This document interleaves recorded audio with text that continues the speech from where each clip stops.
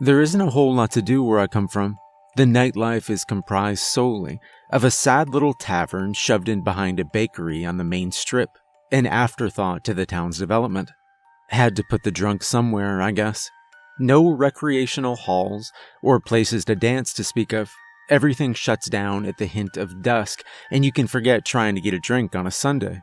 Such is the fate of being born in a small town within the American Midwest. The only beacon of life was that archaic white church that towered over the center of town. You could spot its pointed roof while approaching from a mile away. My ma would drag me to every sermon. The preacher had a talent for terrifying those in attendance. Despite this, the church was packed every Sunday. The fear of God was easier to have on one's mind, opposed to the other issue that plagued the town. This threat was easily explained. You could be saved from it. Just follow the rules. The other threat had yet to be defined. People were beginning to disappear. Cars were found abandoned on the side of the road with no sign of the owner. Some seemed to vanish from within their own homes. They would be seen entering only to never leave. Neighbors often claimed to hear glass shattering late in the night in these cases. Rumors spread rapidly, each one more absurd than the last. The only thing that was certain was that they all disappeared after sundown. Some paranoia gripped the town, and it became silent past 9 p.m. I'd recently graduated high school. This was to be the first summer I would share with many of my childhood friends. Most of them had big plans for the coming September. Off to the city, off anywhere really. Off to somewhere better than here. I didn't have such plans, not for lack of wanting to. My family was not from money, and I wasn't exactly a prodigy in school. I'd hardly figured anything out by the time high school concluded. Watching everyone preparing to leave me behind was depressing, but I did my best to bury my feelings and be happy for them. I'd received word of an impromptu party happening out by this wooden bridge that crossed a river not too far from town. I'd been across it a few times when my parents would drive out to visit my cousin's farm. Based on its appearance, one could be forgiven for believing that its construction predated the town itself. I hated the way the boards creaked and groaned as our family station wagon would pass over it. It felt as though the vehicle would fall through into the water below at any moment. We couldn't remember whose idea the bridge was. Typically, we would load our trucks with booze and head to the abandoned barn house up north. It was a chill spot until someone ignited the damn thing with a cigarette. The bridge seemed like a decent alternative. It was far enough from the town, so we didn't need to worry about noise, and the embankment provided some additional privacy.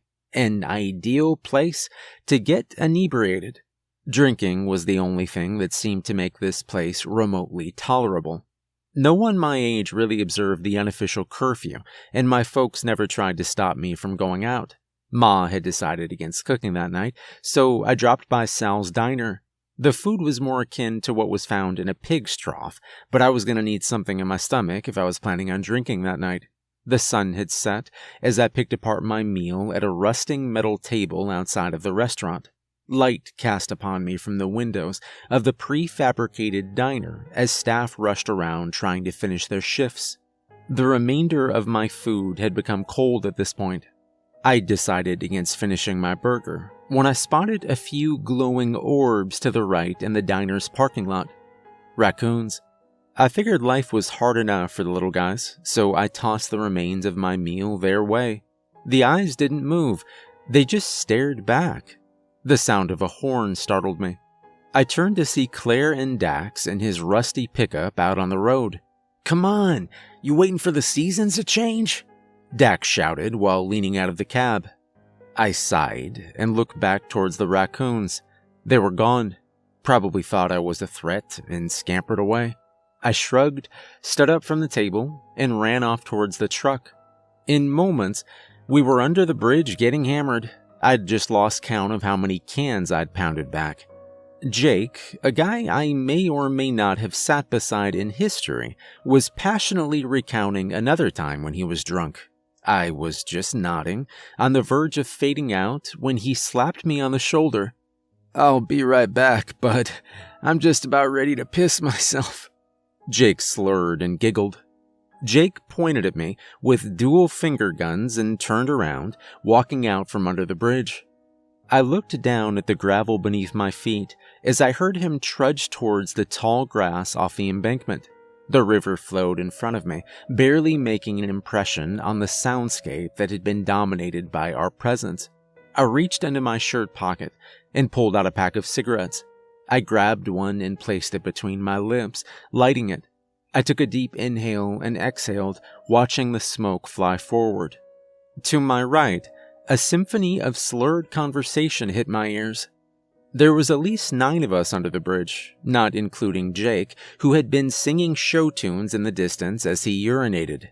What a douche, I said to myself as I chuckled under my breath. I wasn't sure how I'd separated from the rest of the group with him. He was the kind of guy that didn't talk to you, but rather at you. To my left, wind whistled, disrupting the silence beyond the party. My brain took a moment to process the information. Wasn't Jake singing a moment ago? I turned to look. The tall grass swayed in the breeze, but Jake was not there. I dropped my cigarette, stomped it out, and stepped out from underneath the bridge to get a better look. Hey, Jake, where you at? I shouted playfully. It was difficult to see too far out. We were submerged in a darkness you could only really be familiar with if you grew up in a rural area.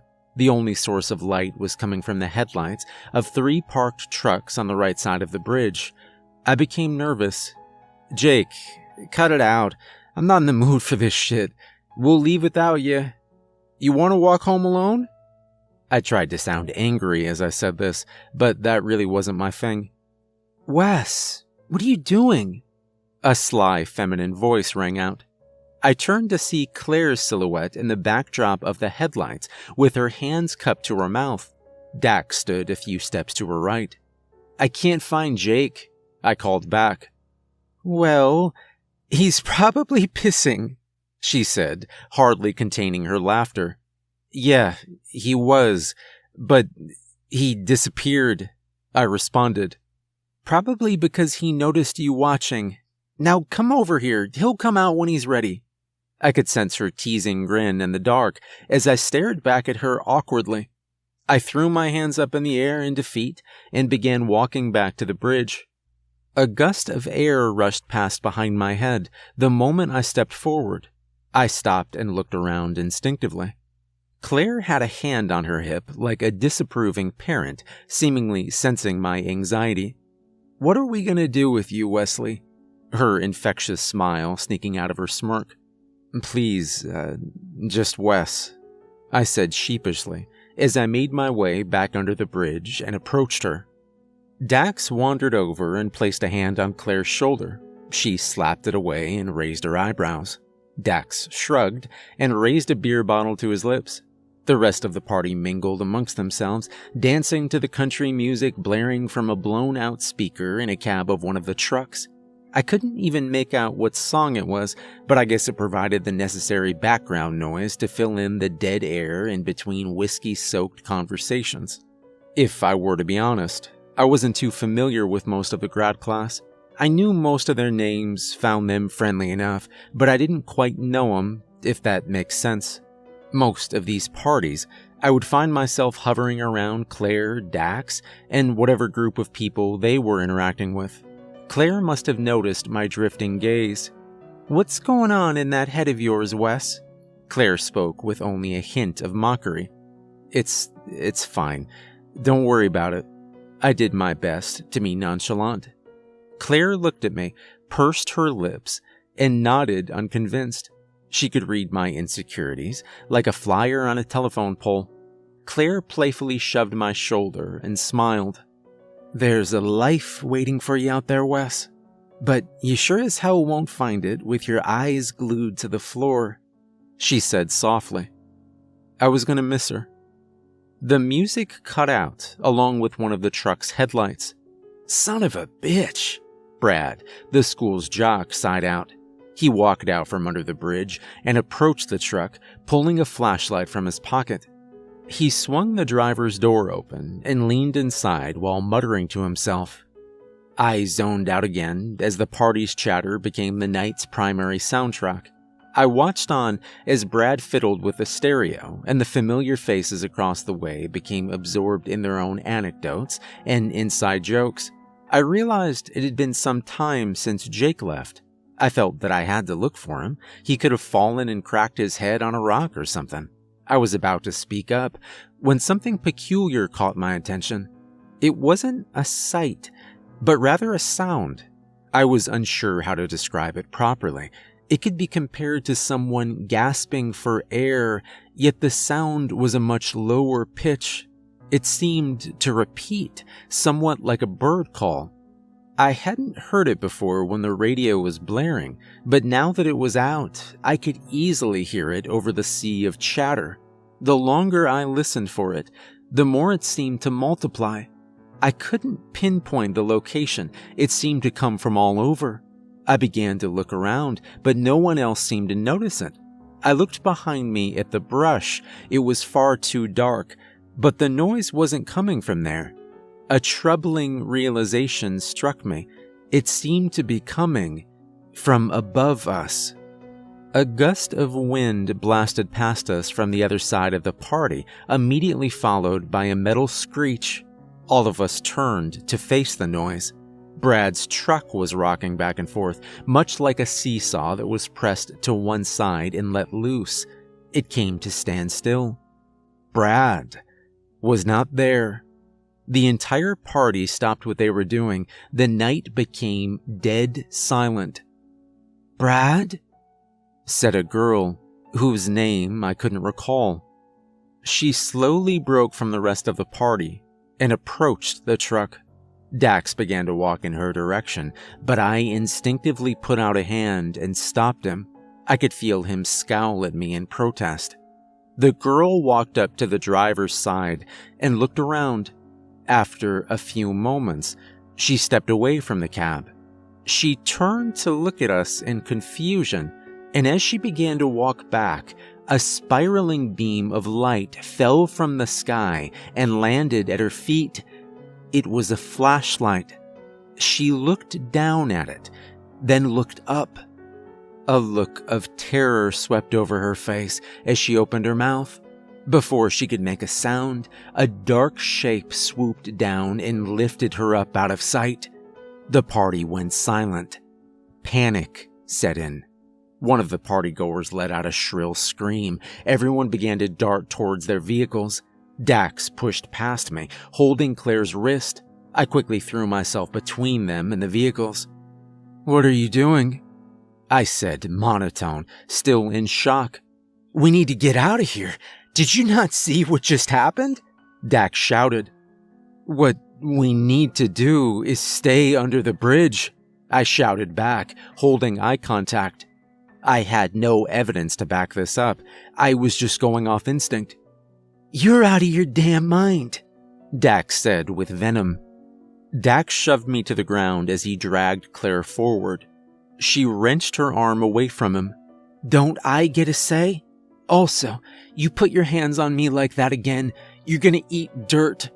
Claire attempted to speak with her typical confidence, but she was visibly shaken. "Look, I'm sorry, but considering the circumstances, I didn't take etiquette into account," Dax said, frustrated. As I picked myself up, I opened my mouth to speak, but stopped. I was looking upon the others as they crowded around their vehicles. The screams were becoming louder. Beyond that, the noise was back, but it was different. Those deep creaking gasps became more frequent, excited even. Dax and Claire noticed the direction of my gaze and quit their argument to see what I was looking at. None of us spoke a word. A man was about to enter a passenger seat. Then a black blur swiped down and picked him up. It happened too quickly to see what it was. A girl was gripping the hand of her partner. Suddenly something lifted him up, pulling her with him. She was flung towards the tall grass, and mid-air, another blur snatched her. One person managed to get their truck started. As they backed up, the driver's side window exploded and they were dragged out of the passenger's side and into the sky. Unmanned, the truck rolled into the river, its headlights projecting into the air and dying out as the water reached its electronics. It was just the three of us. Everyone else was gone. Dax's truck sat a few paces from the bridge's cover. It was the last operational vehicle and only source of light. The gasping calls became unbearable. "Did you hear that?" I said, unsure of my own words. "What?" Claire said, frozen in place. "I don't know. It's like someone struggling for air. I think it's what's taking people." I shuddered as I spoke. Dax curled his hand into a fist and walked towards the edge of the beam.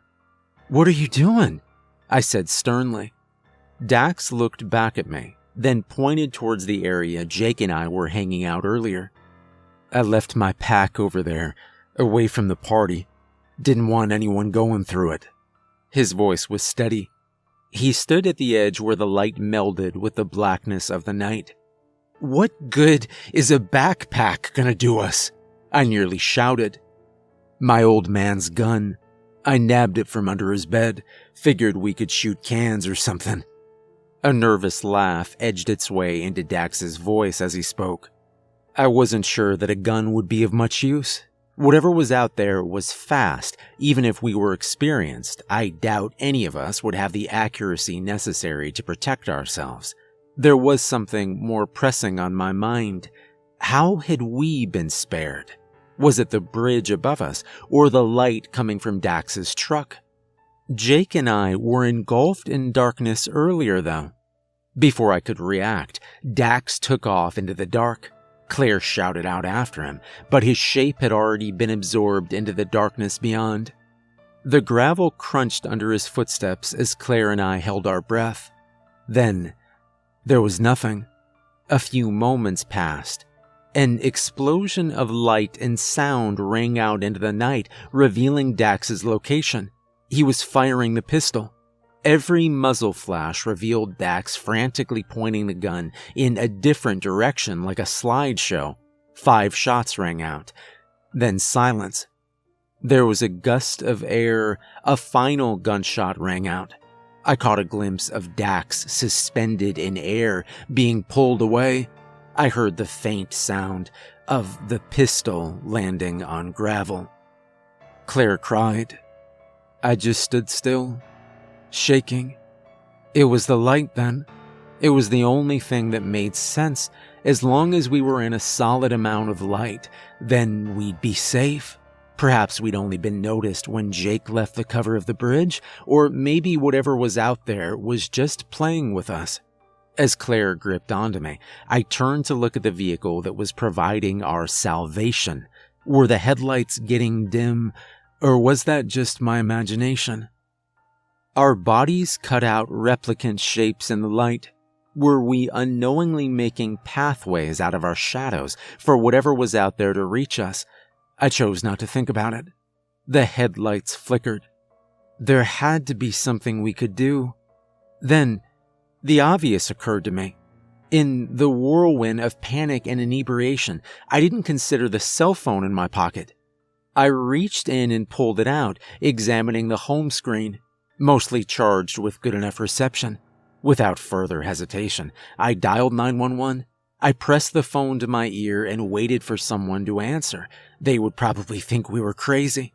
If I said too much, maybe they would write it off as a prank and not even show. I had to keep it cool. I would say there was an accident. Someone hit their head. It didn't matter, as long as it was in the realm of believability. The call connected, and I opened my mouth to speak. I felt a lump in my throat as I stared into the darkness. 911, what's your emergency? A gruff voice answered. I cleared my throat, tried to quell the terror enough to speak. There's been an accident. My friend's hurt. He fell. Send someone, please. I spoke. All right, just calm down. What happened? The operator seemed a bit disinterested. "We were drinking under the bridge and—" "What bridge?" The operator interrupted me as their tone became stiff.